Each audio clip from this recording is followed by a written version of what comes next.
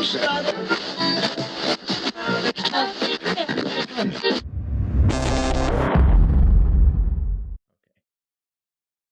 right. Well, hey, Barry, welcome to the Strong Shall Stand podcast. I do appreciate you Yeah. coming on here, man. This is it's been awesome. Man, it has been. It's finally good to see you moved away from Colorado and see good things happening, man. I'm excited for you. Yeah, man, that's great. It's been I do want to thank you again for being at my retirement. That was awesome for you to be there, and and it is good to see you again. I know we've talked a lot on the phone, and you've carried on the torch and continue pressing. So, Yeah. but that's awesome, man. And again, I very much appreciate it that you've came on here and get to hear your story and stuff like that. Yeah. Well, thanks for having me, brother. Appreciate it. Yeah, man. So here's what's gonna happen. So I'm gonna read kind of my notes I have on you, kind of like your backstory of what all you've done. I'm asking you a few questions and then give you a chance to start talking about who you are, and we'll go through some stories and maybe hit on some of those jobs that you've done. So to start with, you were a college basketball star. All right, Yeah. you were a juvenile probation officer. You were a freight driver, a police officer, part-time hospital chaplain, a VA hospital chaplain, and now you are an active duty chaplain for the United States Space Force or Air Yeah. Force. Yeah. It sounds like I can't hold a job down, doesn't it? When you list all those things and think about how Yeah, old I am. Yeah, it's that's a list there. yeah, yeah. It's I think a lot of us guys around our age have held quite a few jobs. Yeah. Um, I you really think that's a blessing though, brother. Like I have had such great experiences in this life. I think a long time ago I decided to be like a well-rounded guy, not a jack of all trades, so to speak, and never really a specialist in anything. So it's know, really been, man, it's been an interesting life. I give it that. It's been an interesting life. I mean, your resume is good. You go from basketball to being that probation officer, dealing with probably some punk kids, to Yeah, driving that truck, and then yeah, dealing with the bad side of society as a police yeah, officer, and then now you're over here preaching the word. So yeah, that's awesome.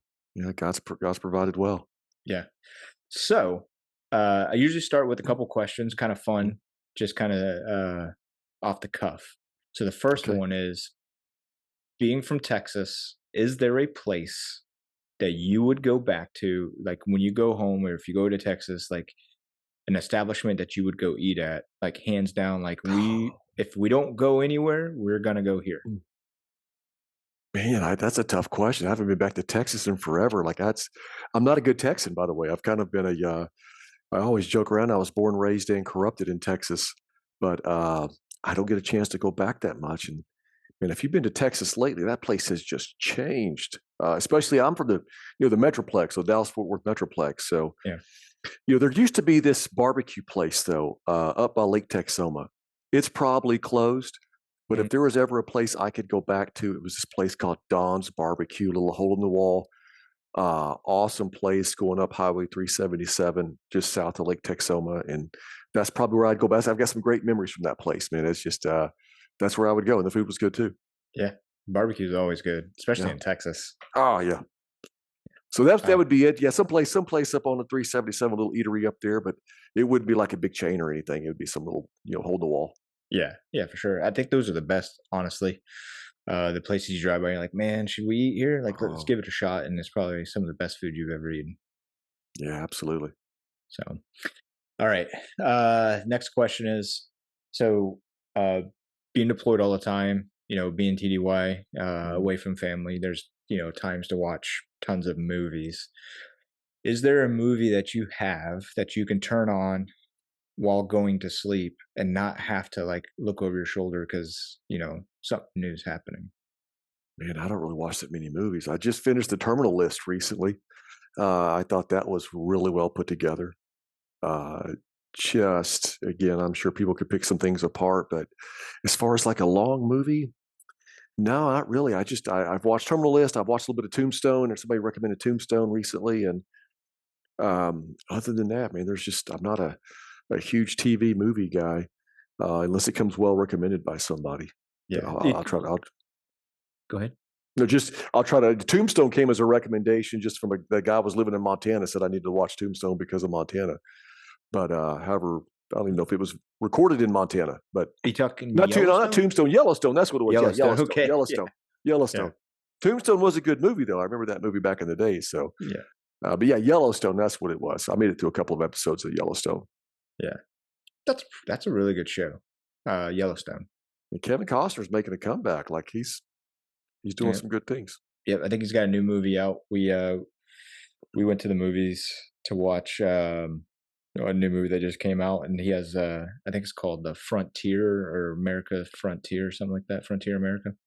So I Yeah. think he's getting into that Western thing. So Yeah, somebody actually, now that you say that, somebody challenged me to watch a movie of his back in the day, and he played like a little goofy cowboy. Uh, Open Range, that's what it was. Open Range.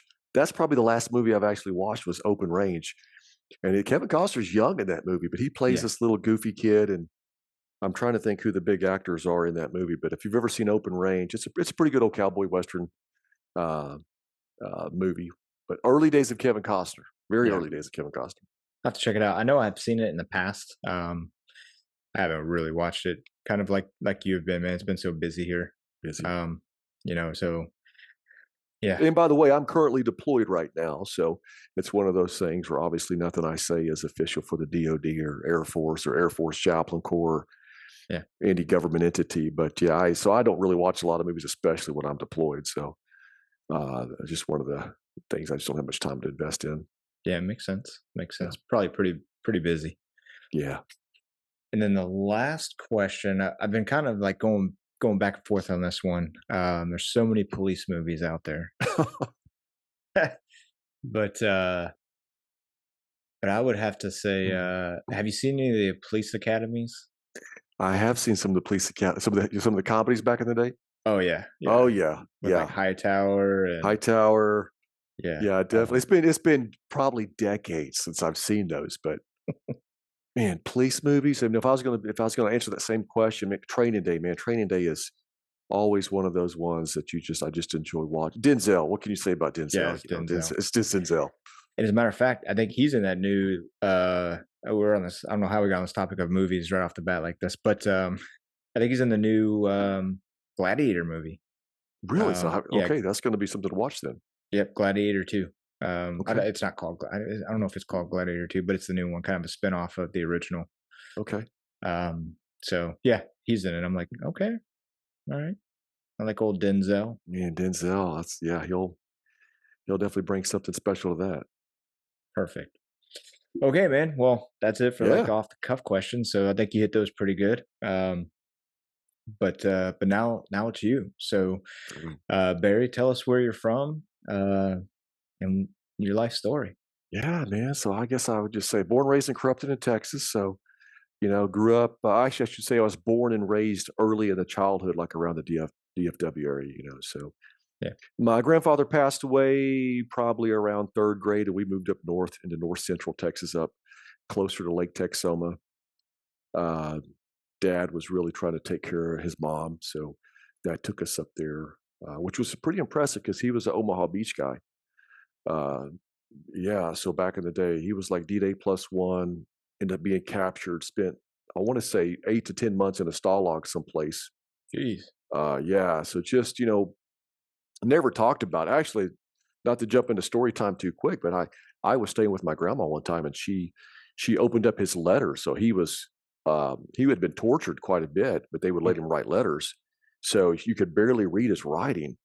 But my grandma almost had those things like memorized. She had read them so much. So, um, but special, grandma was up there. We had some family. My mom's up in North Central Texas, and then later in high school, we moved back down to the closer to the Denton area. So I was outside of Denton, and I ended up playing basketball in little town of Crum, Texas. So Crum is 5-6 miles from Denton. So played there, and then I ended up going to college in the state of Missouri. Played there, and then I stayed there for another 20 years. That's actually where I went on active duty out of Missouri, and that kind of what was that, 2013 or 14, I think. So was in the reserve for a couple of years before that. So, but 20 years in Missouri. So I'm even though I've been away for a while, almost Missouri is more of like home to me than Texas.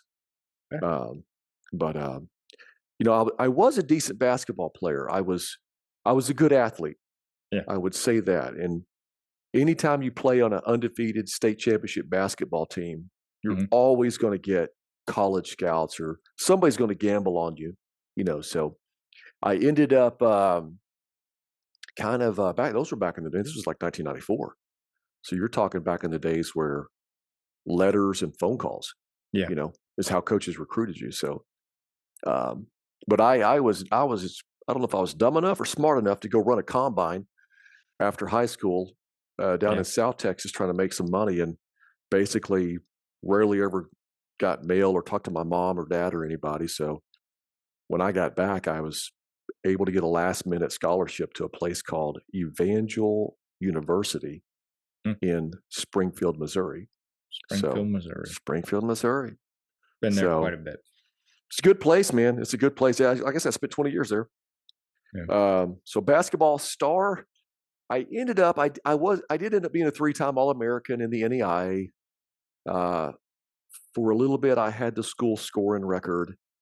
Um, I was probably known for my athleticism, so I was a pretty decent athlete in the NEI, and that probably is what made me, fun to watch. And I had like a 42-inch vertical leap, so I was fun to watch. I know people can't see me there, but I'm 6'6", so Yeah. Super you know, tall. super tall and a decent, pretty good jumper. Definitely I was one of the better jumpers, and then it's one thing to jump and it's one thing to finish. And probably if you ask most people, they're gonna remember me as a finisher, as a scorer, Yeah. um, a guy that played above the rim. I'll put it that way. So, and that was really not that common in the NEI back then where I played at. So Yeah. it probably was fun to watch for a lot of people. So I was more famous for my athleticism than probably any kind of real amazing skills. But but yeah, played Well, 4 years. at 6'6", I mean, how high did you really have to jump to actually get above the rim? I mean, just like tippy toes? You probably 6'6", stretched out, maybe, I don't know, maybe 16, 18 inches to you Yeah. touching the rim. It's not much. Yeah. So if you're adding another 30 inches on top of that, you're gonna 20. Do the math? Is you're pretty high above the rim. So Dang. um, I was yeah, I was a jumper. So Yeah. You still get out and play? I don't. I don't. I'm really kind of more conscious about injuries. It's pretty. I'm closing in on 50, by the way. So Don't to look it. I eat right, spend some time at the gym, run a little bit, not play basketball. Uh, Last time I played, I had a young airman rearrange my nose for me, which took reconstructive surgery. Phew. Uh, Sometimes people are out of control, and anybody that plays basketball a lot, you like to play in with other people who know how to play, who Yeah. are in control. Uh, so again, especially at my age, I'm just not looking to compete on the court. But could I still Gotcha. play? I probably could, but that's Yeah. probably the overconfident, person going down memory lane with you, Jack, that Yeah. is thinking he can still get out there and play a little bit. But who knows? Maybe I can still get out there and play a little bit. I'm sure you could. It's like riding a bike. Just warm It's like up. riding a bike. Yeah. I say that. I'm horrible at basketball. Horrible. Um, that's awesome. So you do 4 years Yeah. there. Um, and then what? So I had a chance to play overseas, Mhm. and there were some things maybe shaping up that I got a couple of calls, and these are calls. These are calls to my college coach. So, I got a couple of calls from some NBA teams.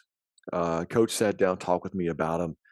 I knew they weren't going to pan out. I had played in a kind of like a pro-am league down in Dallas in my summers, and I was pretty confident I wasn't good enough to make it a living.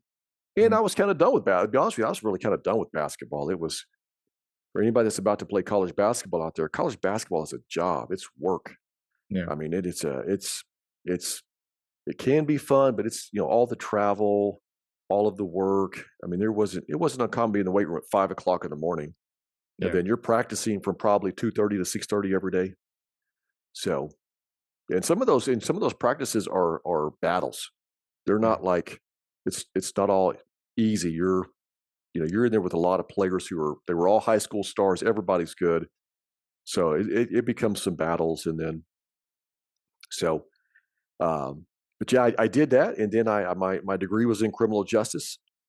So that's what you mentioned, that juvenile probation officer piece. That's kind of what I was looking to do. So it took me back to Texas. I Mhm. went over to Tarrant County, Texas, which is where Fort Worth resides. It's the Fort Worth the county seat, or kind of the big city there. Yeah. So I was with the Scott D. Moore Juvenile Justice Center back in the day as an intern, and worked with some pretty tough kids out of Fort Worth. Uh, you know, I really enjoyed that job. That's kind of where you kind of hope you can redirect a young life. Yeah. So I was super excited about that. I wasn't really that smart about police work, but I knew probably if you could intervene early in a kid's life, you're probably going to have more success than post incarceration. Yeah, So definitely.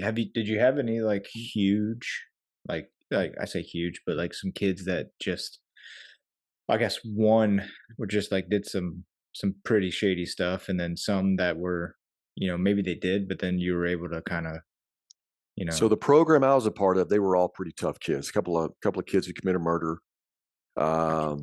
some kids that were just pretty violent. They were all in. Well, some of them were locked up in the facility, and then some were daily rivals. Because what we had done is the program I was supporting. They actually had a school inside the detention center. So the idea was to control these kids. Some of them did get to go home, and then but most of them were incarcerated. So they were bad enough and done some things that they were incarcerated. Um, this that'll go into another story. I was a young believer at that time. Yeah.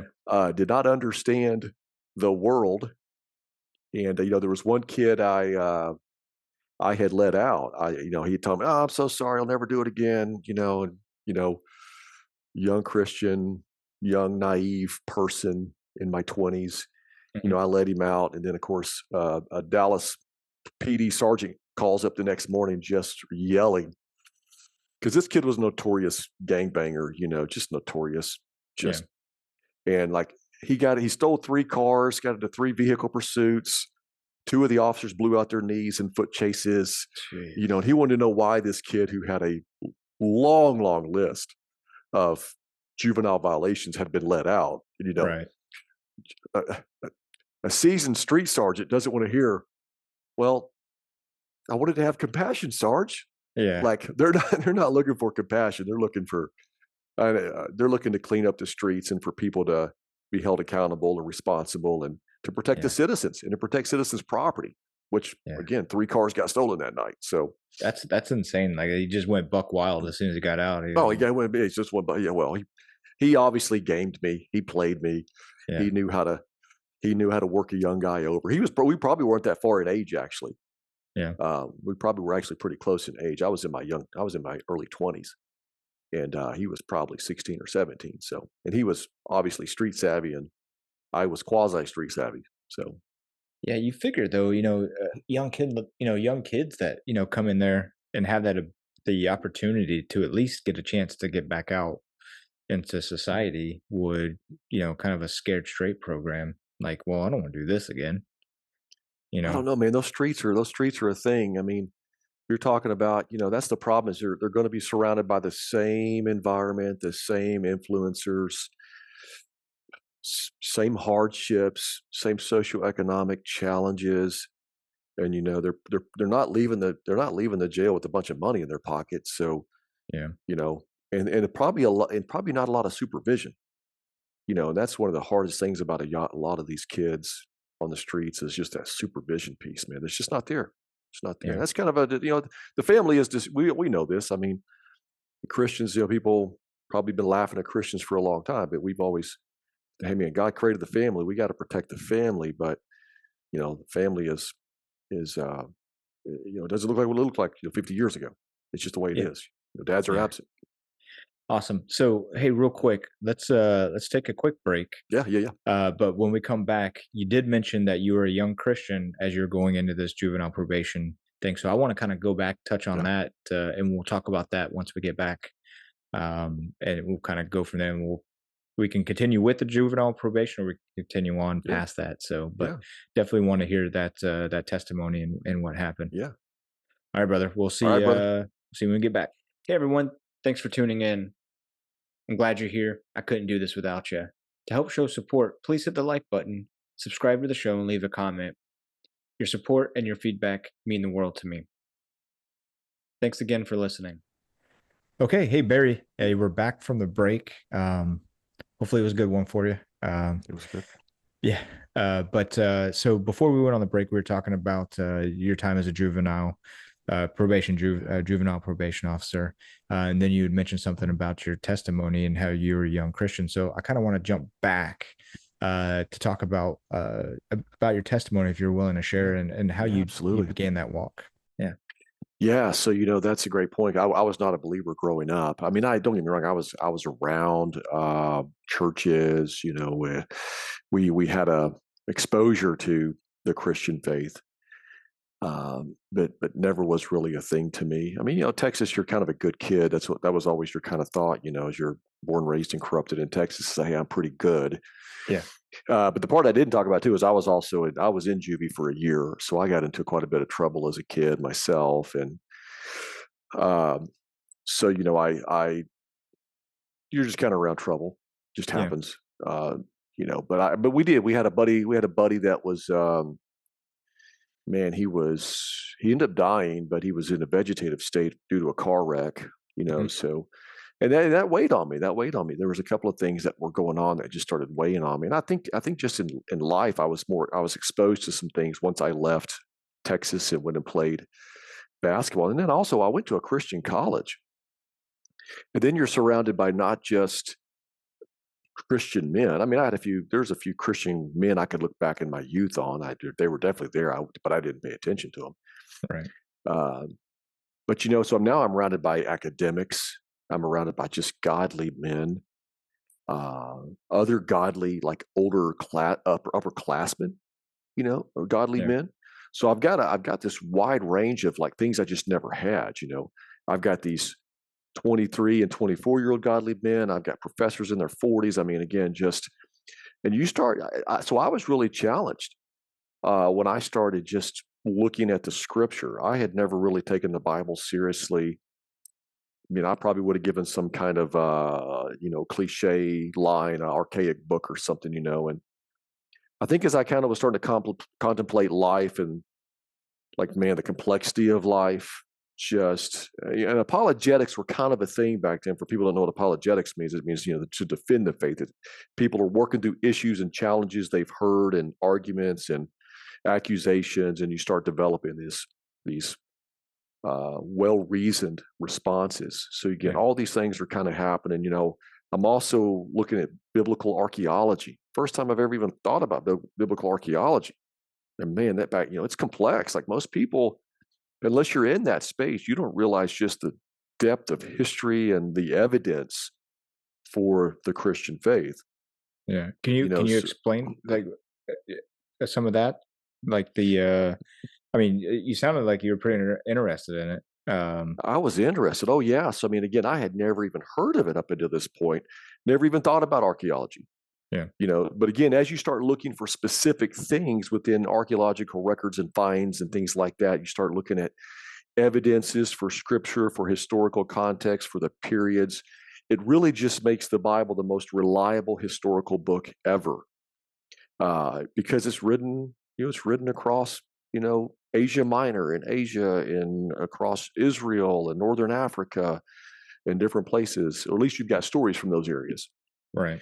So again, obviously the New Testament writings, the New Testament epistles, you're talking about journeys across Asia and Asia Minor. And anyway, so as you start just looking at the archaeological things, you're finding for the first century support of the Gospels, and just first century credibility for this, for this credibility for the stories. It meant something to me. And then of course when people start doing, textual criticism, which is which is when you start really pressing the scriptures and the time frame and the type of writing and the type of, whether it's papyri or vellum or some kind of a stela or whatever, whatever the capture is, you just start finding so much evidence, and there was just so much I was just blown away by. Then we had a professor that actually was one of the editors for one of the compilations of the Dead Sea Scrolls. So again, if people aren't familiar with the Dead Sea Scrolls, amazing finds in a place called the Qumran area outside the Dead Sea. So uh, you're the oldest documents we have. I mean, again, they are insanely old, dating back to 300 some 300 BC. So I'd never even thought about like just what it takes for papyri to last 2,300 years. I mean, it just doesn't Yeah. happen. It's like, the old joke is, you glue 8 sheets of toilet paper together and see how long that lasts, as you carry it Right. around for 2,000 years. It's just not going to happen. It's almost like it's not supposed to happen. Right. So, again, like I think that my framework of how to look at the Bible, how to look at the writings, how to look at Jewish literature. That's one of the things you're going to do too. Is, man, you can't put the Bible in the 21st century. You just can't do it. You can't hold it to 21st century storytelling. Right. So again, I was just so blown away by the level of um, just what people had invested into looking at the Bible from all these different angles. And I felt the evidence was overwhelming. And I think at the same time, I know at the same time, I was just having these intellectual and just these philosophical, spiritual battles as well. Like, what is the ultimate meaning of life? Why is the human experience so unique? Why are we so different within, you know, the creation, the animal kingdom, so to speak? And Yeah. and I was overly convinced that the Christian faith had the most comprehensive answer. And then it's all captured in this. I mean, really, the Bible's like a love story.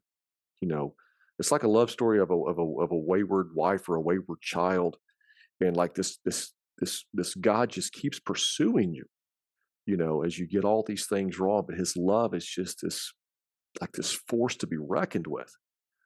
So, and again, I just thought that I even think it makes Memorial Day make sense. Like if you don't have, why would somebody lay down their life for somebody else's hopes and dreams? It Yeah. just doesn't. I think it's written in the heavens. To be honest with you, I think it's literally the story of the Messiah, the Christ, Jesus. That this idea of laying one's life down because there's this willingness to give so that you can have this incredible life, not just in the hereafter at eternity, but like literally it will radically change your life. Yeah. And our Bible said or not, we asked the question, what has what has the gospel saved you from? And man, the answers were like, wow, like I just think where I could have been, you know. Right. I think the Apostle Paul said, "What for the great? Yeah, I am what I am. His Hmm. grace has made me what I am. What I am because of His grace. Just this idea of how in the world could the Creator of the universe love me this much? Anyway, Yeah. it was overwhelming, and that was the point where I just said, you know what, I'm all in, and I've been all in for about 30 years now. Yeah. So it's been a good 30 years. I can't imagine what I'd be without it. Nice. So all because of some trouble, and then a friend in a car accident, and then really getting into it in college, man. Started your walk and never looked back. Never look back, but getting into it was also, yes, but the investment that these godly men invested in me. Yeah. So many of my professors were more than professors. They were like evangelists. They were missionaries, but they were doing it in a college, a liberal arts, Christian school. So I Right. still will for forever owe so much to those men who, if you had a question, they would stay to ask it. And maybe that's missing the Christian faith today. I don't know. Maybe, hey, tough questions, instead of just getting frustrated, maybe we listen because people are at different places. I was at a different place, and those men were just gracious to a dummy. They were gracious to a dummy. I never knew archaeology, Yeah. never Yeah. knew textual criticism. So, thank God for those men in my life. Yeah. I think it's important as Christian men too, to witness to other guys, like you who, Yeah. have those questions because, maybe you are thinking about it and you just don't have that answer. But a Christian uh, friend or mentor, if you will, or somebody that could answer those questions. And if they take the time, man, that could really change a man's Yeah. life, change Yeah. a person's life, not just a man. Yeah. Um, you know what I mean? And so that's awesome that you had that Yeah. guys willing to hang back and answer those questions, dumb or not, which they probably weren't dumb. The old adage, "There's no dumb questions." That is true. That is true. But the dummy, as in somebody who was so in in a in a kind way ignorant to things. I was Yeah, running around spouting out cliches. I had never studied anything, but yet I could throw a cliche at somebody as an archaic book, and I couldn't even tell you what archaic book. I knew nothing about the Bible's historical precedents. So again, it was just one of those. I look back and you kind of feel dumb because you're trying to fit in with society and your friends, and not take those things seriously and downplay things so you yeah, don't have to really examine them. So that was the dummy factor. But yeah, that was it, man. It changed my life. It changed my life, and I was, so that's the crazy part was I go from being a juvenile delinquent to a cop later. It took me yeah, a little while to get there, but literally, this incredible investment people, because you got to tell, when you apply for police departments and even the Air Force, you got to tell them about the things you've done, and it's like they still took a chance on me, and I'll forever be indebted to people who took a chance on me as well. So, yeah. Definitely, definitely. Did you get a chance to witness to young dudes in that juvenile role, or absolutely, absolutely. did that make an impact on any? A couple of kids it did. Yeah, but the problem with anything is you don't get so much of this life. You don't get to follow up. Right. So all you've read enough scripture to know that sometimes you just get a chance to plant some seeds, as the old agrarian examples are given to us. Some of us water. So I'd like to think I planted some seeds. Maybe I watered some seeds some other people already planted. And there's some Yeah. devout grandmas involved in these kids' life, and moms that were trying, and pastors in the community. I remember we had a couple of guys, Mr. Evans. Oh my goodness, what a man! I worked around almost everybody was a Christian, by the way, in this program I was a part of at this juvenile program at Tarrant County. Right. Man, I had some of the most godly men around me there too, which is oh man, you're bringing back some memories. Those are some good men Yeah. that again, even they mentored me in the short time I was there. Just good men. Oh my goodness. Thanks for the memory. That's a good memory right there. Yeah. So So from the juvenile probation officer, you moved over to drive freight trucks. yeah, so I mean, I started applying for police work. I'll leave the whole part of the ROTC out of it because I was in at least military skills Hmm. ROTC. I wasn't a scholarship to ROTC because I had a full scholarship on basketball, but I still went to the military skills. But so I went ahead. I chose not to go down the officer candidate program in the Army.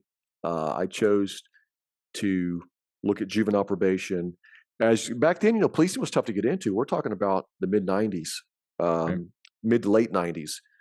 A lot of people applying for a handful of positions. So while I was waiting, my dad's been a truck driver for 55 years. The man's been an amazingly hard worker. Still drives to this day, by the way. Still drives. Jeez. He's like in his, I don't know, mid to late 70s. But you know what? I'll tell you what though, that was probably some of the best times of my life. Again, a young man driving a truck, Class A CDL, doubles, triples, tankers. One of my goals was to apply for police work, or maybe I had a buddy that was a successful freight broker. So one of my thoughts was, hey, if I can get a little bit of street cred, like literally, maybe I can work the way up to dispatch and brokering freight. So I was always had some angles working.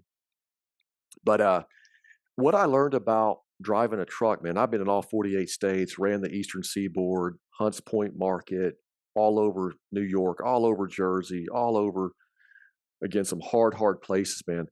I was amazed at the just the hard-working men and women in this nation.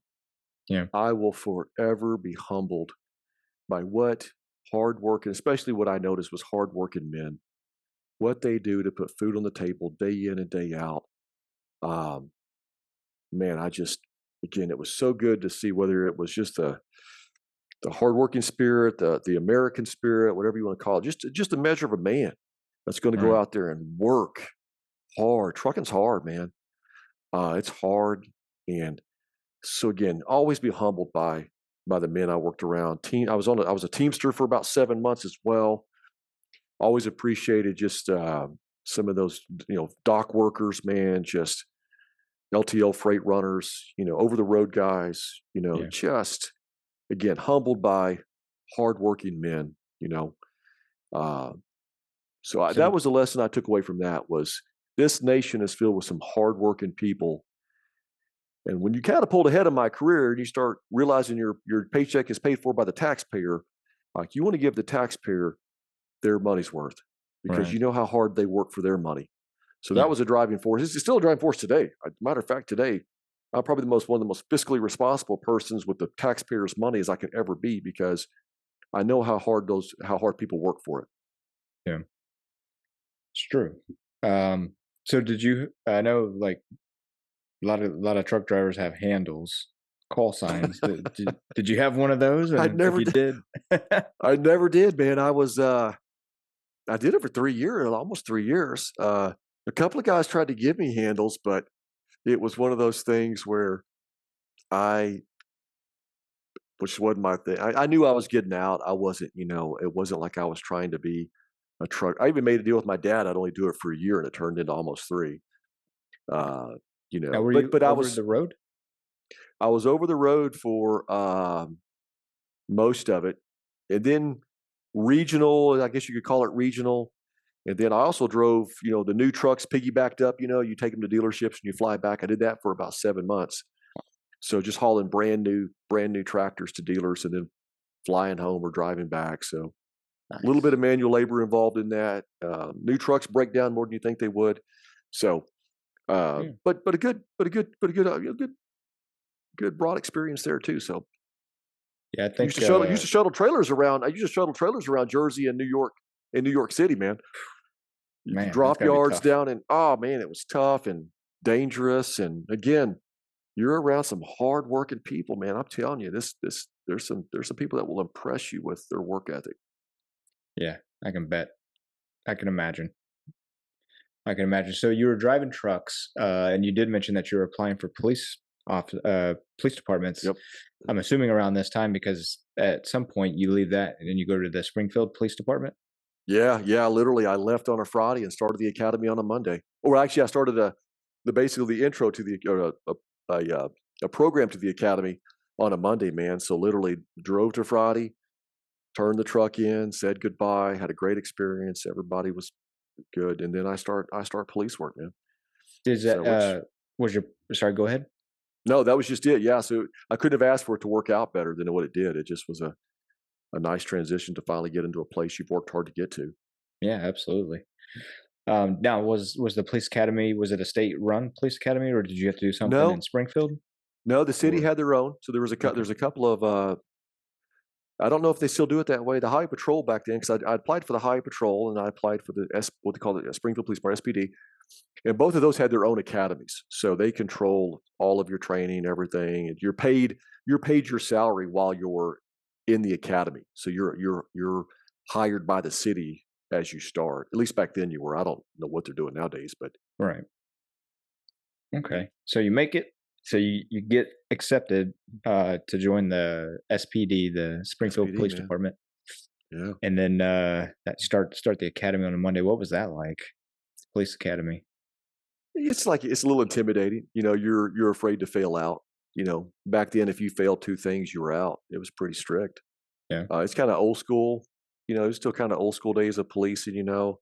I think we owed man, like, starting day 1, we owed, like, 2,000 push-ups. I mean, we were doing push-ups every break.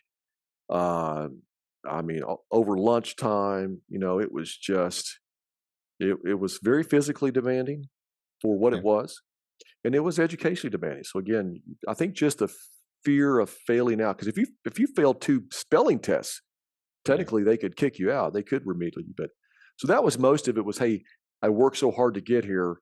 I can't mess this up." Because back then there's 2,500 people in line to take the test to get in. Right. So Now, did they have you in barracks, or did you get to go home? you got to go home. So they were probably, yeah, 8 to 10 hour days, You some days you might work later, some Yeah. days you work nights, just depending on what you were doing. But 10-hour days is probably what it was, somewhere around there with lunch and everything. So Gotcha. Now, did you guys have to, I would say academically, and I have no idea about this, but as I would think academically, you guys would need to know all of the Missouri state laws. yeah, so you go Uh, through all your state statutes. yeah, You've got to know every classification of law. You got to know every element. I mean, I say all. That's some people were retained better than others. You got to know all the municipal ordinances. You got to know police department policies. yeah, And then a lot of it's just practical. A lot of it's hands-on defensive tactics, shooting, just and there's a lot of just police tactics in almost everything. So there's a just it's a back then it was what was it, 6 or 7 month academy? So wow, that's awesome. That's awesome. Graduation came, it and came then in. you just get you. So I don't. So I've been to Springfield quite a bit, right? That's the very first Bass Pro Shop, which is Bass amazing. Pro. Yeah, Yep. that's where it Yep. Yep. started. Such an awesome building. Um, Oh, Huge. I think I've eaten downtown a few times, but I've generally yep. kind of stayed out in Ozark, Okay. in that area. I stayed in a hotel on the total opposite side of Bass Pro Shop. But are there different like sectors inside of Springfield, or is it just Yeah. like one whole one, and then you're like everybody, all rookies, everybody goes to this one, and then you know, No, no. So there's I don't remember how many patrol units there was, but you go on field train. So FTO is like a probationary period. So yeah, you're going to have some veteran cop that's with you that's still training you, teaching you, keeping you out of trouble again because you just don't know what you don't know. right, So you do that for about 6 months, and then the way the city was divided back then, it was a north side and a south side, and I want to think there was 5 or 6 beats per side. So, and we actually rotated shifts when I first started. You rotated every 6 or 12 weeks from first to overlap to seconds to thirds. Um, so basically, you're rotating through all of those things. So you do that, and then once you get off FTO, if you pass, you're you're going to be uh, just a patrol officer. You'd be assigned to a squad. What was there? 15 squads back then. 15 squads of about 16 to 20 people. yeah, I think that's what it was. Something around there. It's been a long time. yeah, But so you still got some great guys. You're the rookie. You're the newbie. All yeah, those good times. Good times. yeah, So go out, man. You just try to take care of the people. So the first in that particular city, the first 2 years, you've got to work patrol. You're working 911 calls. You're in a blue uniform. You're in a marked car. You're working 10-hour shifts, and 911 call comes out. You got to go. You got to go take care of it. So and most of the time you're assigned to a beat. So yeah, everything in this area, however many blocks are in a beat, is you're taking ownership of that. You have pride in that. That's one thing about cops is that part of town, that's like their town. They're part of town. They take pride in handling calls, taking care of the people in those beats. yeah. So That's awesome. That's awesome. I've heard a lot that Springfield was really bad with drugs. oh, back in the day, and I'm sure it still is. Actually, I've still got some buddies around and on the force, and man, it's still. I mean, I'm sure it's bad everywhere, but violence is gotten worse in that town. Drugs are worse than that. I mean, it was bad before. The town's Yeah, hard to. You got I-44. You got St. Louis, Kansas City. You got Little Rock. You got the I-44 drug corridor. So you just hmm, got all kinds of stuff. I want to say I was told one time it was the top 10 per capita most dangerous back in the day. wow, It's unbelievably dangerous and violent. You can fact check me on that. It seemed like somebody told me that. Obviously, it's per capita, per the population capita. yeah, But if you were an aggressive cop and you really wanted to focus your efforts on actually guys you thought were criminals, and you weren't really looking at, like, I didn't really ever care about traffic enforcement. But so if you're actually going out there looking to make people's lives better by trying to put some pressure on bad guys, you're going to go out and you're going to kind of be a hunter of bad guys. Yeah. So Yeah. So I like that comment that you made. You're not that big on traffic enforcement. Uh, no, yeah, that seems to be, you see a cop, you're like, "Oh, man, I'm doing like 5 over, they're gonna get me." Um, well, I'm sure they've changed now. Not to call out the Springfield PD, but back in the day, we didn't have radars in our car. yeah, We had no way to even know your speed. We were just there for 911 calls. So gotcha. I'm sure to the citizens who may watch this, probably every cop has a radar detector now. So be careful if you're going to speed through Springfield. Right, exactly. Exactly. So once on the force, man, what was like, is there one moment or more, but one that really sticks out in your head of, you know, kind of, I don't know, one of the most like you won't ever forget this moment, as an officer. Oh man, you know what? My wife always tells me to write a book about stuff because there were so many good times, man. Just working with great people. I mean, people, cops get bad raps, man, but like it's so easy to get angry. That's one thing the military doesn't have, man. You don't have that contact with the people you're serving. Right. You're not hearing their story face to face. You're not like you don't get angry with the victim, which is easy to do in police work. I mean, it just depends on what memory comes to mind, you know. Um, just so much evil, man. Yeah. Like, but I realized that, you know, this will lead probably to the story, but patrol cops are almost, I mean, it's probably not always, but there's a lot of defensive roles in patrol. It's probably the most dangerous thing you can do because Yeah. you're reactionary. I kind of learned real quick. I did pretty well, a lot of foot chases, but I kind of realized really quick I want to be on the offensive team again, like to my basketball days. Yeah. Um, and I kind of knew I wanted to get on the tactical team pretty quick. So one of my goals was just like, hey, how do I effectively get on this tactical team? So I started asking around, and then I think one of the most memorable stories I have is when I was given a chance to go support the tactical team. My sergeant was a great guy. He knew I was trying to posture for that. It almost had my 2 years in where I could go to another unit, and he kind of augments me out to the so in the SPD. It's the SWAT team, but it's called the SRT team, Special Response Team. But it's Yeah. your SWAT team, and he loaned me out to them, and we had some good intel on some guys that were robbing banks. And they had shot. I think they shot off a couple of rounds inside banks, AR-15. So they had sufficient firepower. Right. And I'm not on the team yet. I'm in a blue suit. I've Yeah. got a Glock 17. I've got a Remington, 870p in the trunk. And we get intel these guys are in this location. And I'm out there, and the sergeant on the SRT team, on the SWAT team, is like, "Hey, Kemp, you wanna jump in the stack?" And I'm smart to know what level 3A body armor can stop and not stop, Yeah. and I'm like, "Do I wanna get in the stack?" Right. And I said yes because you can't say no, Right. you gotta and, but I remember everybody was gearing up and we were mission planning, and, we had them barricaded, we were going over our gas plan, we were going over everything. Remember, I'm still learning. I haven't been through SWAT school or anything, but, Yeah. I'm just intel dump. And just looking around at these guys' faces, something about seeing their faces, man, and the intensity, and you just knew they would give your life for you they would give their life for my life in a second. Right. That's what they would do, man. Like and these guys were elite, man. They were incredibly intelligent, thinking outside of the box, amazing shooters, physical fitness athletes. I mean, but they're just grown men that are smart. Yeah. And I remember just thinking, like, I'm probably in the best hands I could ever be in.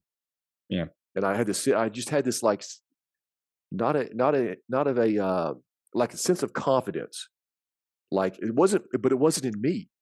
It was Right. that I was a part of a team who knew exactly what they were going to. Matter of fact, I was the limp vac. Like Yeah. I was surprised they were going to bring me in because I'd cleared a few rooms, but I'm rolling with a pistol, Yeah. which is not a bad tool to have. But all three of them have AR-15s, They might have, yeah, I think they were, yeah, they were all AR-15s. And so yeah, man. But actually, it all went down. We popped them with smoke, with tear gas, and as they're coming out, thankfully they weren't armed, but we we had a little standoff there for a while. We were thinking it was going to go blazing. But again, just the confidence in the team, the confidence in that team is something I will never forget because y- on a call out, you don't always have the advantage. You can make their life miserable, but at some point you got to go through that door Yeah. or you got to make entry somehow. People don't know how gas plans work. You've got LCT and ICT. What is Once you that? start, What's LCT and uh, ICT? so ICT is like an incapacitation point. So the moment you start lobbing gas, you've committed to make an entry into that house. At least back Right. in the old tactics day. LCT is when that gas dosage becomes a lethal dose. Gotcha. So you try to do the cubed square feet of the building or structure, and you drop your gas plan based upon the cube feet Mhm. of that structure. And as you start just dumping volleys of gas in there, now you're now you start a clock. So, and I won't Gotcha. say what that clock is, and that clock's always different. But the Right. bottom Yeah. line is you've guaranteed your entry into that house the moment you lob the first lob or Right. volley. So, that's just the two. I think it's incapacitation, whatever. It's basically those two ideas. Gotcha. Okay. Makes sense. Yeah. In policing this liability, you can't just lob gas and at some point you got to go in. I don't necessarily agree with the rules, but you know, it's it's the way it is, or at least the way it was. Right. So you toss some gas in, and that's basically you're making entry, You're making entry, and not soon after. yeah, and again, you do have an advantage because probably they're not able to see well, they're not able to breathe well, probably not even able to hear well. Yeah. So again, as you're making entry, they're probably choked out. They're probably wheezing. They're again, and that's exactly what happened. They came out rushing out the doors because they were incapacitated to an Right. extent. They couldn't see what they were shooting at or what they would have been shooting at. They could barely breathe. Yeah. So gas worked. It worked that day. So, but of course, you never know if somebody's got a gas mask. You never know if they've toweled up or water toweled up or something. But Yeah. so Dang. Insane. Well, hey, let's get ready. Let's take a break again real quick, and when we get back, I kind of want to hit on some more of your SPD before we get into your military side of the yeah, house. yeah, Maybe see if you did any, if you happen to do any witnessing while you're there, if anything came up like that. I know that you at some point you had became a chaplain at the hospital and the yeah, VA, so kind of see where that fits in. yeah. Absolutely, But yeah, bud. let's take a quick break and All right. then we'll get right back to it. All right. Okay, hey Barry, we're back from the break. Um, so we're just talking about your time, your first time on the SRT. Talking about doing the call outs and the smoke and dropping gas plans and things like that. But I think one of my big questions I would like to ask would be like, we talked about you becoming a Christian earlier on in life, and I think here yeah, as a police officer or as even a SWAT officer, I think would give you I guess some amazing chances, right? To actually witness to some guys out there. And did you ever get an opportunity to do that, whether on the SRT or just Yeah. as a patrol officer? Patrol officer a lot, other units a lot, with people that you've apprehended. You know, you'd be surprised. You have conversations with somebody that's in the back of the cage, going to jail. Yeah, So again, you have conversations with people when you're booking them in. But the booking process used to be, you're at a desk taking their property, logging their property in, and a lot of times, even if somebody took off a cross or something, you're arrested. They're taking off a cross necklace because they're property, and you always just make a reference to it, and you meet good people in bad times. A lot of people were not believers at all. I was on a gang task force for a little bit. A lot of guys, you try to say something to them. It worked out pretty well. Had a guy, he committed a homicide in back of the car, and he knew it was going to happen. Again, he was apprehended, and Yeah, it's one of those things where, that's, I mean, the gospel changes lives. It works inside incarceration. It works hopefully before incarceration, but a lot of Yeah. that. And of course, as far as my fellow officers and fellow SWAT officers, yes, I'd like to. I hope. I mean, I reflect back and man, God, I pray that not only was I a hard worker. I believe every Christian needs to be hard worker, good at what they're at. Uh, be just again be good at what you do and do it for the glory of God. And I'd like to think people remembered me as a very hard charging, very good officer on the street and SWAT.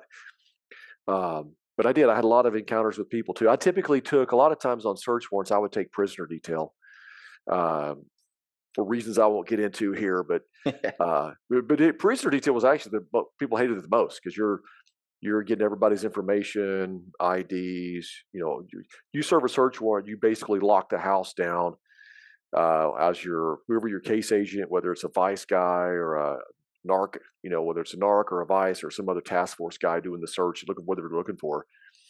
You're going through everybody that you've detained in the house, and you're running them for warrants or getting their information. It's going to go into a report, so you're logging all these things. So a lot of times your vice and your narc officers they're undercover officers. So they're wearing a ski mask. They're on the covert side. They're not going to go interview the the detained. Right. So, I had one lady one time. I just she. I mean, this is a crazy story because she looked at me and she said, "There's something different about you." And again, and I didn't play games with people. Like you don't play games with them. Like you, I'm not there to be at the time. This is may find some missionaries and Christian pastors hard to believe, but I was there to detain them. I Yeah. was there because they had committed a crime. I wasn't always trying to share the gospel. That's the challenge too. Is you're when you're working for the state or you're working for the government and you're also a believer, you sometimes you got to separate those things. Right. Like there needs to be consequences in society for people who are ruining people's lives and grossly violating laws. So I'm taking their information and somebody said something to her or something, maybe it was derogatory if I remember right. And I remember I said something. I said, "Hey, we all what we are, the way we're made. It is what we are. What we are." Because she Yeah. had some kind of physical thing, and she said, "Man, there's something different about you." And I said, "Well, if you're asking, it's because I'm a believer. Like I'm here. You're going to jail. Nothing you can do about that. But I Yeah. can definitely pray for you when I leave here tonight, because I believe the God of this universe, who invaded this planet 2,000 years ago, did it for you." You know, Yeah. and she just looked at me like she did not expect that Yeah. night from Yeah. from a guy in all black. And we used to wear Nomex because if we use a lot of flashbangs with high if there was gunplay, we would use a lot of flashbangs. So we're always wearing Nomex. So even we had kind of masks on. You wear Yeah. Nomex gloves. I mean, you would take the gloves off when you start riding, but like a lot of times we could be pretty intimidating. And I was a big guy back then. I was in phenomenal shape. I'm 6'6", probably 230 back then, 235. I think I ran a 4 mile in under 24 minutes every day. One of Jeez. those things that I did back then. I think I was doing 35 pull-ups or something. I mean, it was Goodness just gracious. crazy. It was Yeah. crazy. But I was always physically fit. I was always a good athlete. So, here's a guy that, yeah, that's the last person you want to see at night, especially when you have no idea we're coming. Yeah. And the fact that, whatever that fear factor was, man, hey, that guy's still praying for me.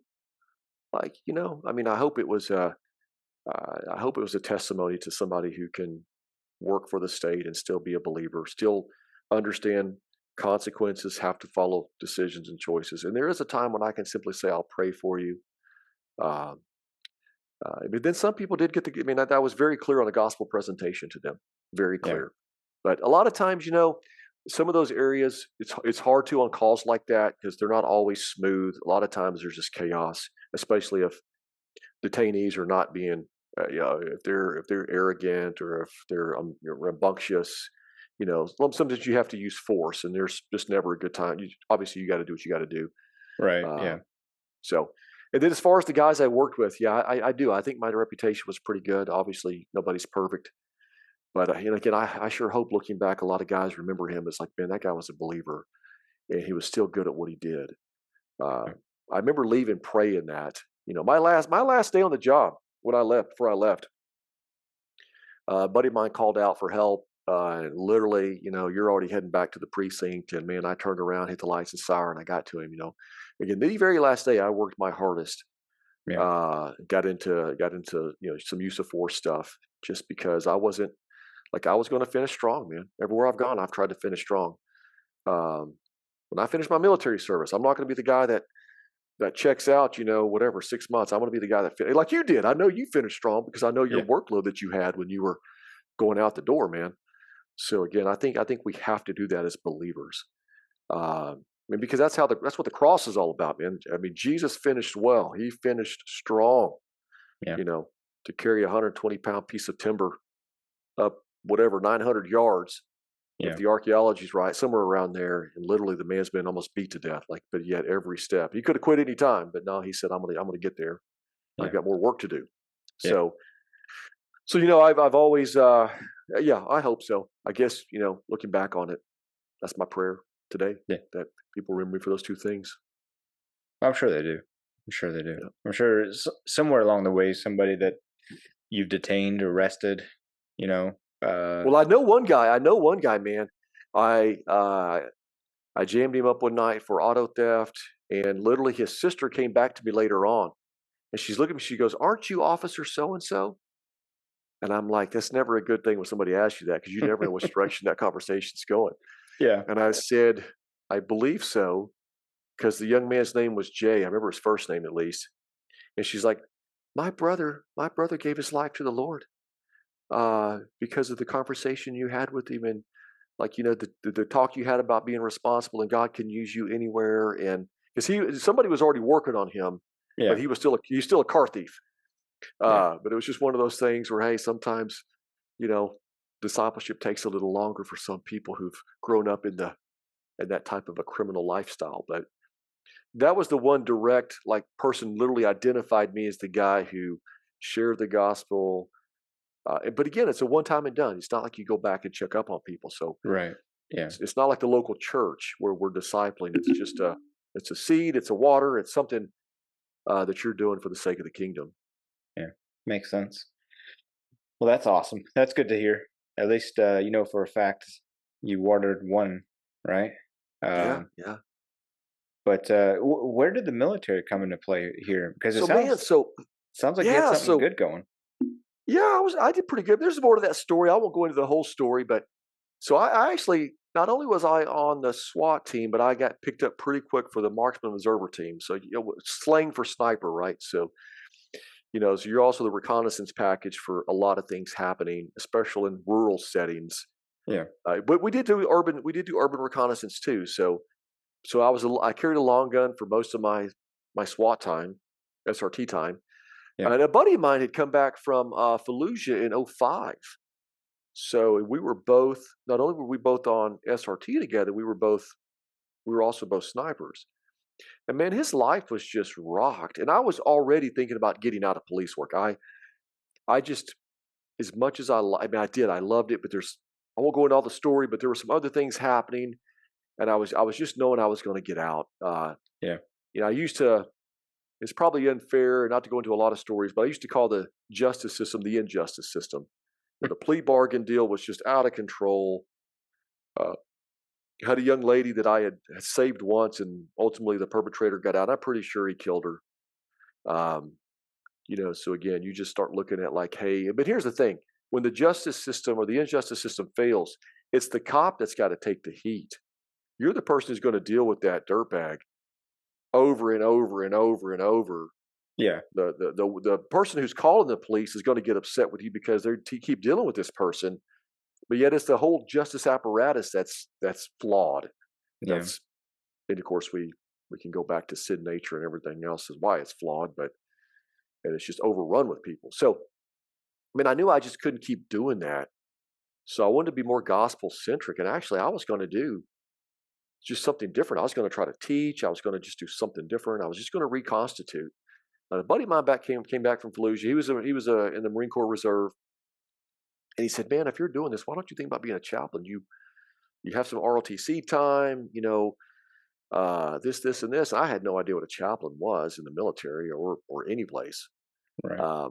And I'm already serving in a local church. I'm doing things as a bivocational, member of a church. And so he really made me look into it. Another buddy of mine too was looking into it. Awesome cop, man. Awesome cop. He was looking at reconstituting. Amazing man. Oh my goodness, I love that man. Just an incredible friend over the years. Friends today. But just a good group of guys. So we started looking together, and I ended up committing to it. He didn't.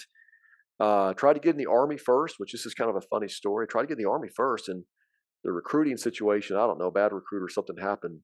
But the Air Force, man, it was such an easy recruiting process. I can't even tell you how easy it was. Like, I called a guy, he answers on the Jersey Turnpike. I've got a packet FedEx to me, and like the next day by noon or something, Yeah. 1 o'clock in the afternoon, I've got it sent off, and I'm basically accepted into a program, in the chaplain program, and it was just pretty easy, man. It was actually insanely easy for what it was. Yeah. But I was in Yeah. the reserve at first. I was in the reserve, so I don't know if you knew that. I was in the reserve Okay. for what was it, 3 years maybe? So that's when I was also. So you wonder why I was a part-time hospital chaplain, because I'm Yeah. in the reserve. I'm leaving police work. I'm looking for some more experience. I start working. A guy gives me this chance at a hospital, and I'm telling you, man, that is humbling work. And since I was a part-time, I was doing 12-hour shifts. Mostly I was doing Friday 7 p.m. to 7 a.m., Saturday 7 p.m. to 7 a.m., and Sunday 7 p.m. So you're getting 36 hours in 3 days. Yeah. That's It's a kind of how it lot. works. Most hospital workers do that. It's crazy. Yeah. It's a hard life. And again, what did I take away from it? Man, we got some amazing medical professionals, amazing people that are, man, they're putting the work in. Yeah. Again, great Americans. You see great Americans everywhere you go if you look. Um, so I did that, and I also got picked up for this program up at the Kansas City VA Medical Center. So part of the reason why I left police work was I was trying to, again, reconstitute. So I'm driving back and forth to Kansas City doing a 24-hour shift at the Kansas City VA Medical Center. And again, most of the people I work with were Vietnam era. Oh my goodness. So I'm in the reserve too. So I've got a connection, not a great one, Yeah. but because I'm a military chaplain in the reserve, man, these guys just welcome me with open arms. Yeah. And I would go into rooms. So you're 24-hour shift, you're doing some schooling in the daytime, and then from about 1300 all the way until 05 in the morning, I was either taking a nap or walking the floor. The expectation was sometimes you're on call, you're taking a nap, and sometimes you're just going from room to room to room checking on people. You don't want to wake them up, but if they're awake, you're checking on them. And man, I fell in love with the Vietnam era. Man, what amazing generation! Like totally underrepresented in the great American history. Whatever people think about Vietnam, so be it. But the soldier and the Marine, amazing people. When you think about the totality of what was going on in the world and culture and society at that time, Yeah. man, just amazing guys. I was humbled again, humbled by just some amazing women too, man. These spouses were just, golly, they were just. I will never forget some of the times I had in those rooms.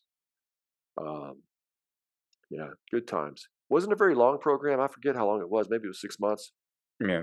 something like that. But and at the time I was a reserve chaplain up at Whiteman, so Okay. I would try to go over there and do some time at Whiteman. Anybody knows what Whiteman is? It's up in kind of the middle of Missouri. Um, and I'd go back and do some time at the civilian hospital there in Springfield. So busy, a lot of travel. Um, yeah, good times, difficult times, challenging times. But man, great Americans. You Bet just, bet you heard some good stories from those guys. oh my goodness, man, just incredible stories. I wish I wrote a book. Yeah. Uh, I think they were kinder to me because I was a chaplain and not just a VA hospital chaplain. Right. And they all knew it. So I think they were just more willing to speak and talk and share with me. Actually, they saw me as a young guy. I mean, they were kind of gracious to me as a. I think they saw me as a young kind of chaplain who, if they could influence in any way for the better, they would. So again, just guys that because there's no way that what was I back then, late 30s? I don't know, mid 30s, Mm. late 30s. Anyway, these guys are in their mid 60s, late 60s.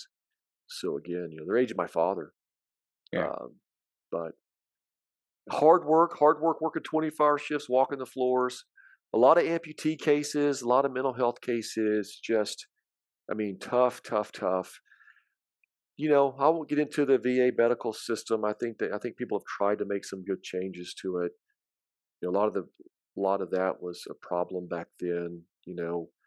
I knew, but I met on the VA provider side some great people yeah, that cared, man. But it's just a big system. It's like any bureaucracy. Things are big, man. They're hard to provide great service when something's just huge and always need more money. that is true. The VA hospital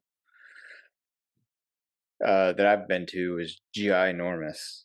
I Yeah, mean, and just tons of people, like ants inside of there. yeah, And each person their own special case, and waiting. This COVID thing really messed stuff up because now my my my opinion on it is before COVID, there was just, like you go to a clinic and it's somebody sitting behind a computer right there in front of you, and you just go up and I'm here for my appointment. Well, now they have this big plastic, you know, uh, big old plastic sheet in front of it so you don't mm, catch COVID through it. And then you got yeah, these dudes who are, 60, 70, 80 years old who's lost their hearing. And yeah, like as a young man, I'm having a trouble hearing, and these ladies are getting mad. They're like, "Hey," and he's like, "What?" And it's just like it could be it's very frustrating. I'm sure, yeah. for both parties. Yeah, that's it. That's one of the things you learn in the chaplain world is like communication's tough. Yeah, Like sometimes people can't speak, so like a visit might take forever. They're writing stuff down. yeah, Sometimes they can't hear you. Sometimes you write stuff down.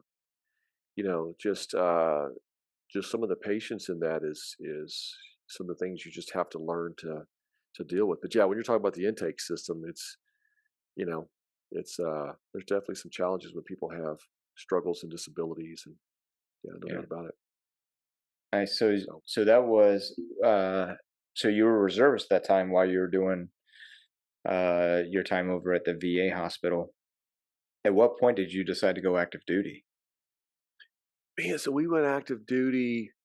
Well, here's the thing: like the reserve was good, but I didn't need the insurance. I was pretty marketable with different skill sets to maybe go back into a regular type of job and just serve my local church and Yeah, pick up some other work. I could always go back into policing or something. Because this is the reserve is, and plus I was an IMA reserve for the people that don't know in the audience out there. So you're a reservist attached to a active wing. mhm, I was still learning the system, so I wasn't a traditional reservist yet, which would have been a better deal especially for me. But I ended up just thinking, hey, I'm just not sure this commitment's good. Um, and plus, I was doing some other things with youth at the time. I was a camp director for some summer programs up at a Bible camp, and I loved it. I loved working with youth, and so about the time I was going to go ahead and separate, um, the active duty thing opened up, and ended up praying about it, man. Just praying and praying and praying, like because again, 20 years in Springfield, Missouri, that's a long time. That's our home. That's yeah, that's that's home. And so decided to take the leap, prayed about it, just put it in God's hands. It's one of those things where I feel like the steps that the doors were opened up had to have been a God thing. I won't go into detail, but some of the things were just pretty amazing when you look back at it. yeah. Caught my first active duty assignment. Everybody's going to hate me, but to Cape Canaveral, uh, Cocoa Beach, Cape Canaveral. So I was out with Space Command at the time doing space launch for the 45th Space Wing back in the day, and I was the chaplain out at Cape Canaveral, and Had some unique experiences. I was the prayer writer for every launch. Every launch used to have a prayer card. I would write the prayer for every one of them, and I would just pray over it. Um, just got to be in a really cool place. Like you're ever in Cape Canaveral, the legacy of the space programs out at Cape Canaveral, the Kennedy Space Center, Yeah. man, was it humbling. You know, oh my goodness, just humbling. So, but yeah, I was out at Cape Canaveral, quite a bit. I was back at Patrick. I did that for 3 years. Caught a deployment out of there. Pretty neat deployment. Doing some things. We had a rescue wing there, so the 920th pararescue or the rescue wing is there, which is a bunch of a bunch of rescue PJs, not the ST guys, but the Right. RQS guys. Uh, Met some great believers. Still, I think the SEL back in the day is a guy named Brandon. I think he just put on chief. He's the SEL for the unit. So great guy, man, solid believer. They took a loss a couple of years ago when I think it was Jolly 5-1 hit a power line or something in Iraq. Um, Hmm. if you remember that or not, I don't know what you were at back then, but I remembered a couple of those names. I wasn't necessarily assigned to the 920th; they were a reserve lieutenant unit, Yeah. but I definitely met some amazing guys over there just because you're on the same piece of real estate. But that was the first go, and then I don't know if you want me to roll into my assignments or not, but I can lead that way. Sure. But Yeah. Yeah. Why not? yeah, so then my next assignment, I had an amazing command chaplain come down, great guy, West Point grad, former artillery officer turned Air Force chaplain, kind of pulled me aside, and my boss there was great too. The wing chaplain at that base was an amazing guy named Chaplain Thomas. Went on to be an '06 chaplain, just a really great guy. They vectored me for AFSOC, so I find myself at Herbert Field, my All next right. assignment. So that's how I So transitioned to one there. one beach to another. One beach to another. Yeah, I tell you, I'm the most hated chaplain in the Air Force, but uh, Yeah. really, so and I got assigned to the one SOG, so it's a special operations group. So anybody that doesn't know what this, so it's the one SAL. I worked for the one SAL initially, the first special operations wing, Hmm. and then I was the one SOG chaplain. So a lot of times chaplains were assigned to in the Air Force. It's a group. Right. So the operations group for the Air Force is typically your flyers. So I had the AC-130s. I had the gunships. What do you call them? Gunships. I had some other platforms there. I had the well, we call them the CB-22s. It's the Ospreys. Right. I had the Talons, which is like an MC-130. Uh, the newer models are the J models. I had a couple of the other platforms there. So I had a really good assignment, and then I caught an early deployment to Afghanistan out of that one, um, supporting the soft side. So again, uh, I was supporting the soft air component, but we were kind of a package deal that worked alongside the task force and some of your SJOTFs and your ODA guys out there. And actually, one of our units was our SOA. So first time I'd ever worked with the 160th. Okay. If anybody asked me, probably the most impressive unit I've ever seen. I don't know. That's tough, man. There's some amazing aviators. There's just some amazing military people, to be honest with you. Yeah. But I was impressed with the Night Stalkers. There was a Yeah. few guys. There's just a few things they do that you're just like, wow, these guys are amazing. But that's the same thing too for the gunships. Gunships are amazing. Air crews capabilities. Um, your electronic platforms. I mean, just everybody's got a role to play. And I would just look at the lineup for the Raws. Just watching the Raws lineup and just be like, wow, man, there's whoever's putting all this together is just an amazing, like, just the people. And you're on the ground controlling it, I believe. Like that was your job back in the day, was to control that thing. So Yeah. Yeah. They're. I would say, man. There are. I mean, everybody. In that lineup, just amazing at what they do. Um. And I mean, even down to the guy refueling. yeah, Those platforms, dude. absolutely. It just. Maintainers, man, Yeah, for sure. Those dudes put in just some work. put in some work. Yeah. I had Especially probably overseas. In Afghanistan, those maintaining units, man, they were again amazing. I was always, that now that we're out of Afghanistan, I was always amazed with how little they had and how much they did with it. We didn't have that many aircraft, Yeah. and that's what I've always said about the AFSOC side is, you look across Afghanistan and you've got an ODA team here and an ODA team there and an ODA team there and task force doing this and people doing that, and but you look at how AFSOC aviation supported everybody. Hmm. There's times they're flying, mission planning, flying, mission planning, flying. Oh, we had the MC 130J. Those are the most worked aviators there probably is in some AORs of AFSOC that AFSOC is supporting. Right. Just look at the flight hours. I mean, um, capabilities. So I'm telling you, I was so humbled by working in that community. The frequency, the attitudes. Man, I don't know if I'll ever see it again. Um, I don't know. You ask sometimes, how do you explain the culture of organizations? And yeah, I know they have a selection process, so I get that piece. But Right. it's just some of these people are just so amazing, and like all they care about is combat effectiveness. When you work around people that all they care about is combat effectiveness, and they don't care about awards or decorations or like, I'm not going to bring you into it, but I know that talking to you one time, like you had a whole stack of awards you never even remembered, you Yeah. know, Yeah. until you retired. It's like, man, you had a stack of awards dating I don't know how far back. It's like y'all are that epitome of, and I saw it in policing too. I saw it in policing again. I've seen it in communities where you know the effectiveness of whether it's combat or community involvement or community protection or bad guy apprehension. Like they don't care about everything that's around them. They care about what they're doing. And I've still got Right. some really good friends. I've got a couple of good friends from the MC 130 or the MC 130J community that are just solid. We still talk almost weekly, every at least monthly.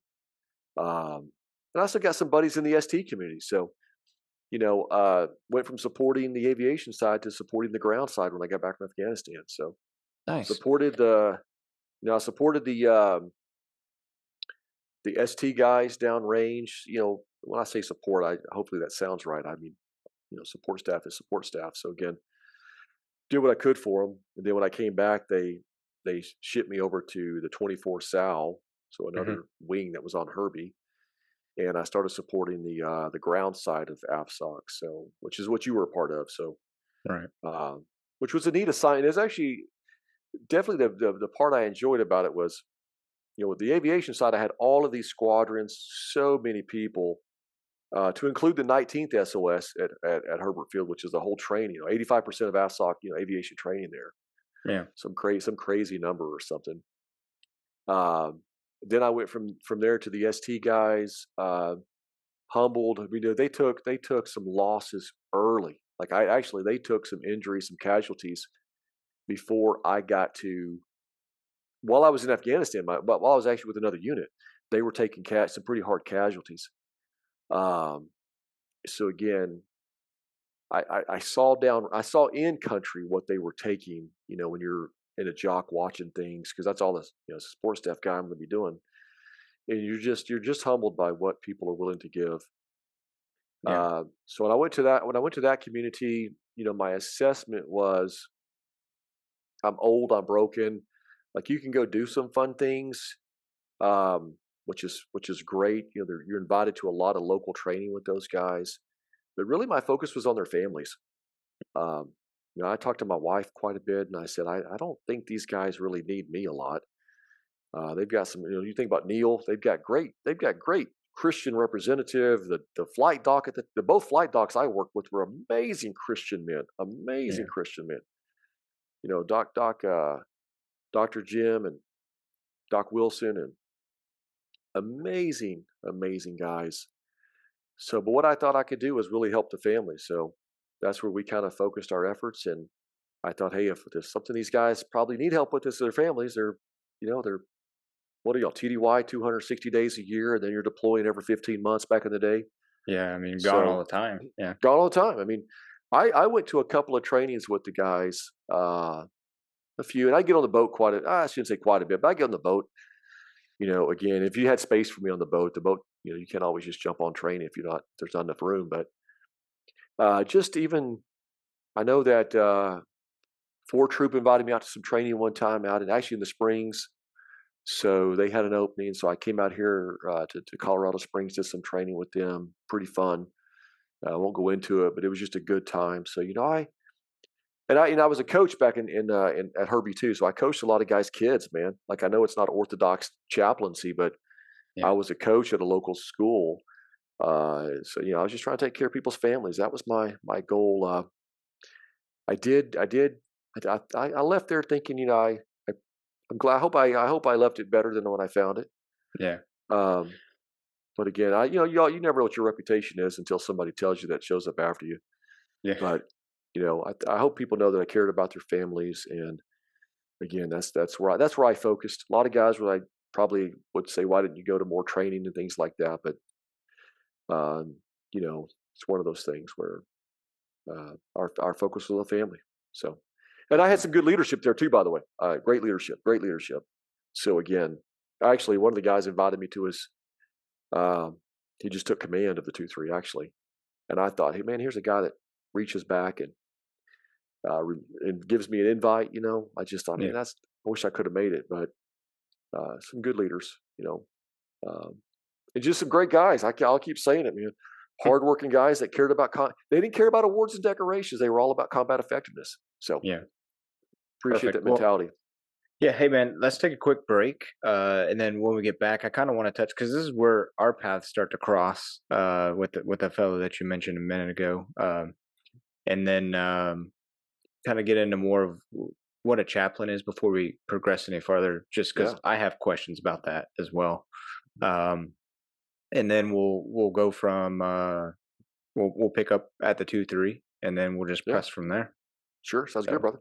okay, man. All right, we'll see you in a minute. Welcome back from the break, and just to pick up kind of where we left off, we started getting into your chaplain career, and how you started as a reserve chaplain out of Whiteman Air Force Base. Then you went active duty, and your first base was Cocoa Beach. I mean, that's pretty amazing. Somebody's got to do it. Yeah, right. And even right after that, PCSed over to Herbert Field, which is in Fort Walton Beach. Again, a beach, white sand, beautiful beaches. It used to be, that was like Florida's hidden secret. Um, I don't think so anymore. It's pretty crowded there. No, I think everybody knows about it now. Yeah. And then, you did a couple assignments inside of there. Yeah, And we ended up last just talking about the 2-3. But before we get into that, though, so what is it that a chaplain actually does day to day? So, like, other than hanging out, because I know that you would come over to the squadron, hit the team yeah, rooms, things like that. But yeah. when you're not there doing that, what is it that you do? Um, yeah, Yeah, yeah. So there historically, though, I think in the past there was probably more religious rites and ceremonies, offerings, services. yeah, I'm actually doing that now more than I thought I would be. So I'm supporting the Army right now. We've got very robust religious programs here, so which is not always normal. So you're involved in the religious programming, not just for your own faith group, but also providing accommodations for all faith groups. So if somebody comes to me from another faith group, I'm going to try to facilitate that, accommodate that, try to find that resource for them so they can lean upon uh, that faith, that source of strength for them found in that faith that they have. So again, that's if I was going to put a percentage on it, I'd probably say 20 to 30% ish, maybe sometimes less, maybe sometimes more. right, Then you kind of we're kind of involved in general resiliency now.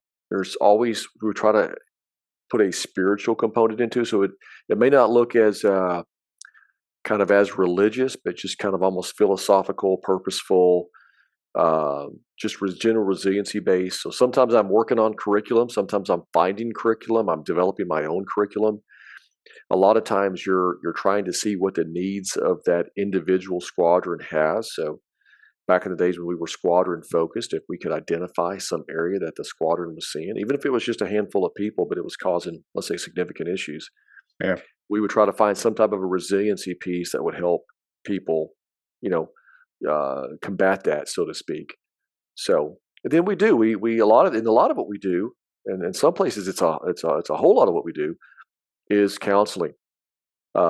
So I would say where I'm at and my CONUS assignment is we do a lot of counseling, a lot of Right. counselings, which is a good thing. It's a challenging thing, uh, but it's we have that 100% confidentiality, 100% confidential counseling, which is a for people going through legal troubles, people going through leadership struggles, people going through marital struggles. I mean, people. Again, you just name it. If they want it to be confidential, we're going to protect that for them. There's been all kinds of things. Even back at the 2-3, back at Herbert Field, we had guys going through things. Yeah, I won't go into details on here, but a wide variety of things, Yeah. addictions, vices they were trying to overcome, and um, uh, sometimes it's they need to address those things and think about how they're going to let their spouse know, or let their family know, or let their leadership know. Or, but again, I've dealt with a few legal. I've dealt with quite a bit of legal issues as well across my whole Air Force career. Yeah. So, in my whole joint career. So again, you're talking about people who, and I guess my background actually helps a little bit in that because people can come say, "Hey, what about this?" Sometimes they get worried when I tell them I used to be a police officer. They're like, "I got to make sure they know I've reconstituted Yeah. to what I do now." But then when they develop that comfort, it's like, hey, I may have at least a voice that knows more about these type of subjects than other people would. Yeah. So, and I would say that sometimes is as much as 40 or 50% of what we do. Um, Gotcha. I've got one chaplain I work with. He probably sees about 50 counselings a month. So to put that number into perspective, um, that's probably about. I think it was safe to say it's about 100 hours of work per month. Wow. If time spent with military members at least an hour or around an hour, and then you're trying to schedule it and clear your schedule and protect that time and not have conflicts, Yeah. you're talking about 100 hours, and you can do the math on how many hours are in a month. That's a Right. substantial portion of, and I don't think any chaplain really got into that. I mean, that's a burden to carry when you're hearing about difficulties and struggles and frustrations and challenges. I mean, it's not as easy as it. I want to make sure that your audience knows that's a lot of weight to carry. Yeah. That I don't think most chaplains got into the business to have that many and to carry that many. But we do it, and we're a resource for people. So you have those, and then you have so part of that is also just like when I come over to your old unit is just checking on people. Like sometimes the best way for somebody to access a resource that they're considering using is for that resource to be within arm's reach. Yeah. So if you had to drive whatever it was, what was it, 25 miles over to where I was at? Yeah. uh, Difficult. But if I'm Yeah. there, and I make that time available, I mean, that's the idea is if somebody needs it, if we're the resource somebody's going to look to, they will, it will be within arm's reach. And then also too, we do religious accommodation work for people, all kinds, all spectrums of things.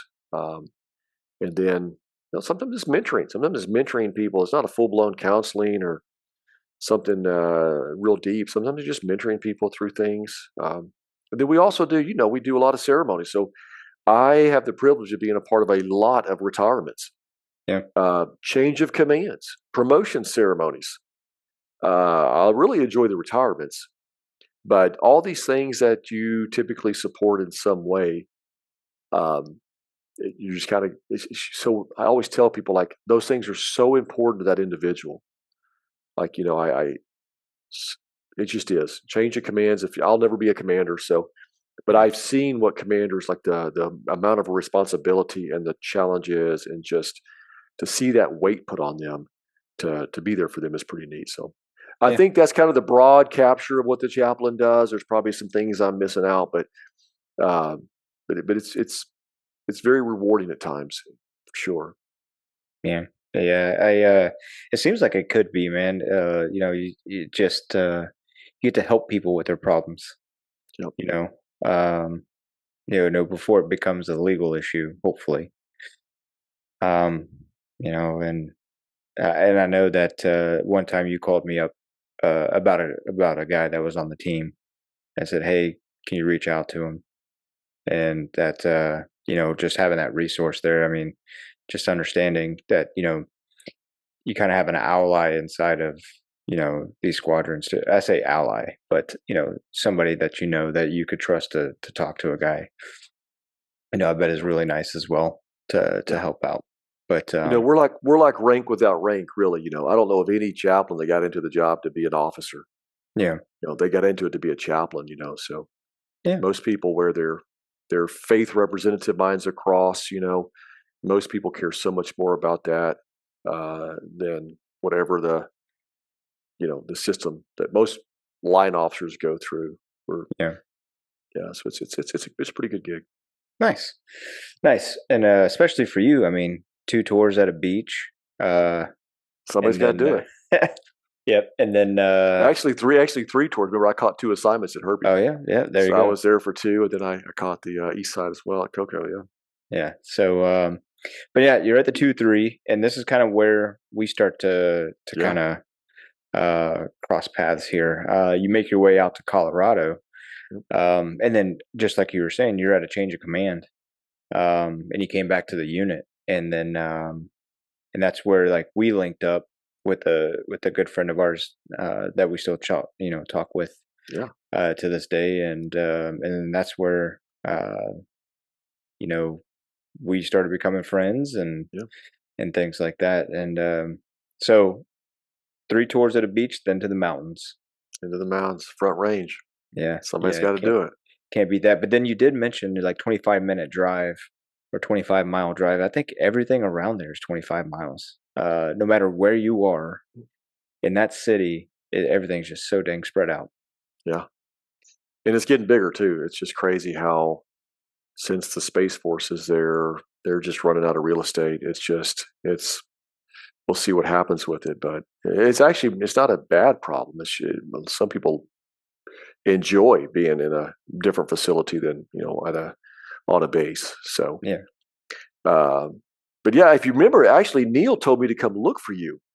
So I actually showed up at an event asking where Jack is, yeah, and somebody pointed me to you, and that's when I introduced myself to you. So, yeah, yeah. Good because old when I, Neil.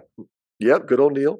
Because when I first got to, so just for kind of the way things were when I first showed up at Peterson, the Mhm. Space Force was going through, it's going through infancy. Really, it was. I think it was a year old. All the bases were combining, so a lot of people don't understand how that works. But Peterson and Cheyenne Mountain and Schriever and even Patuxent now, which is Old Thule, was actually becoming one base. So I was assigned to Peterson and part-time Cheyenne Mountain.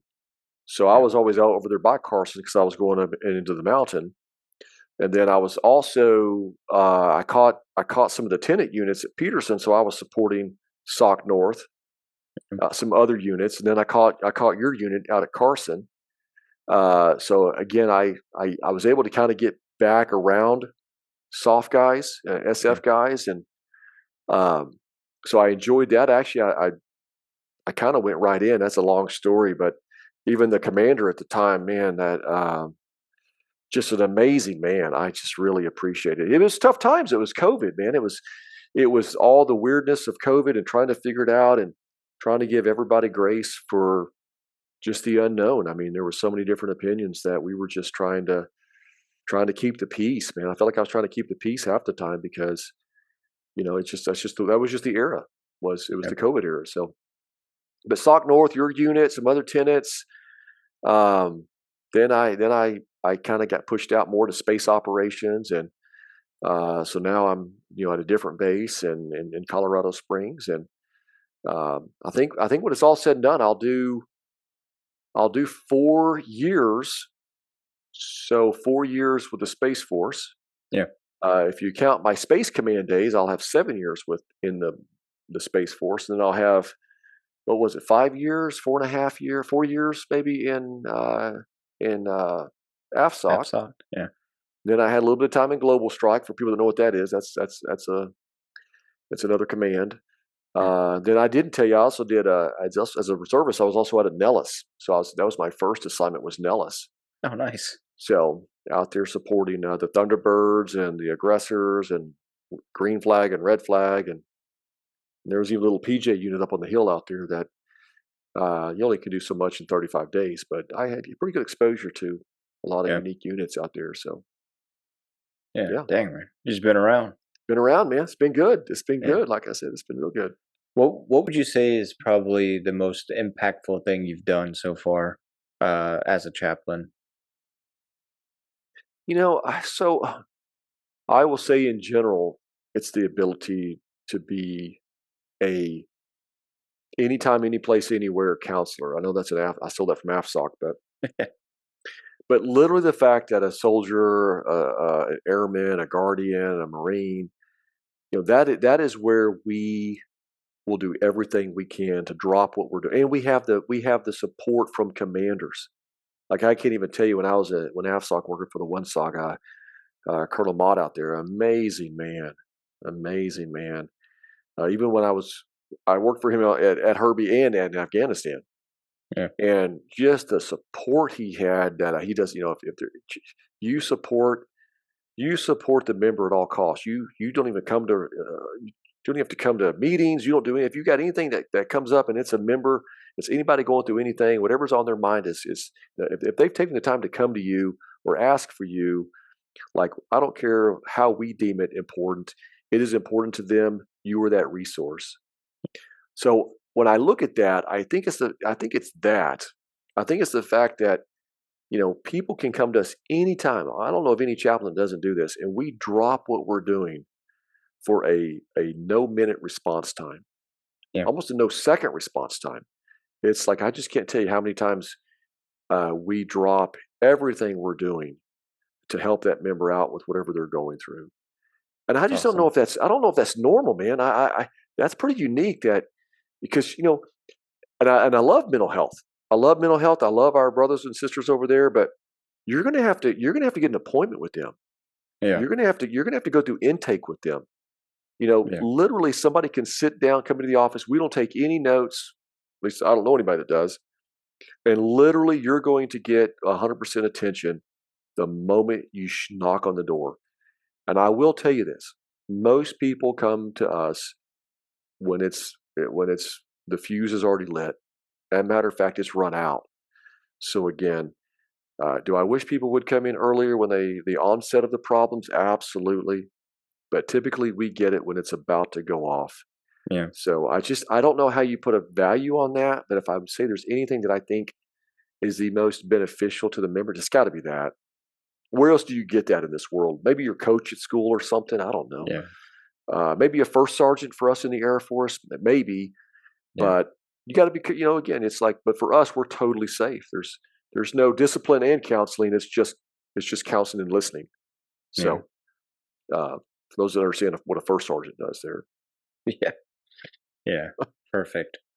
Well, brother, we're getting close to wrapping up, and Yeah, brother. it's where do you see yourself next? Man, I don't know. That's a great in God's hands. I'll put it that way. Yeah.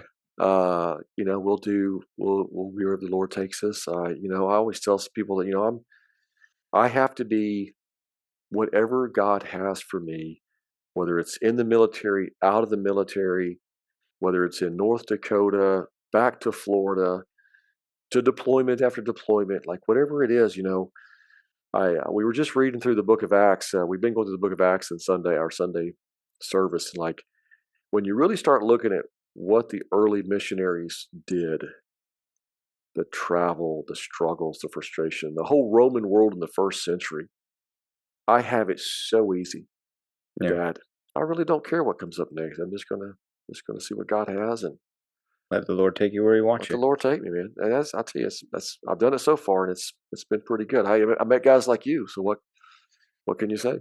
Okay. Well, I appreciate that. Thank you. Yeah, brother. So, well, man, I do appreciate you coming on.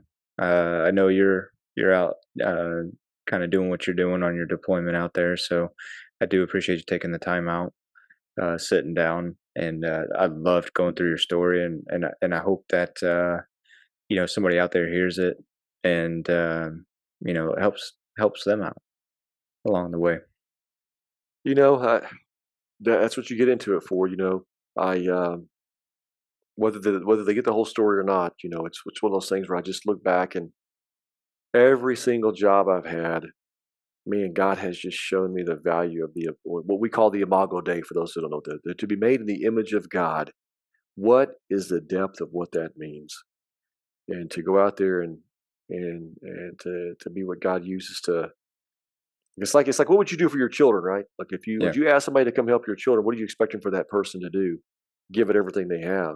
right. And I kind of look at that as, all these little image bearers of God running around. He asked me to intervene in their lives. I mean, wow, what an opportunity. Yeah, Hmm. absolutely agree. There you go, That's brother. awesome. Well, Barry, thanks again, and hope that we can get together soon for we're around Yeah. each other's towns. And yeah, man. So, well, God bless, man, and I hope you stay safe out there and have a good Yeah. trip. And we'll chat soon. All right, brother. I appreciate the opportunity. Yes, sir. All right. Talk to you later. Bye. All right. Bye.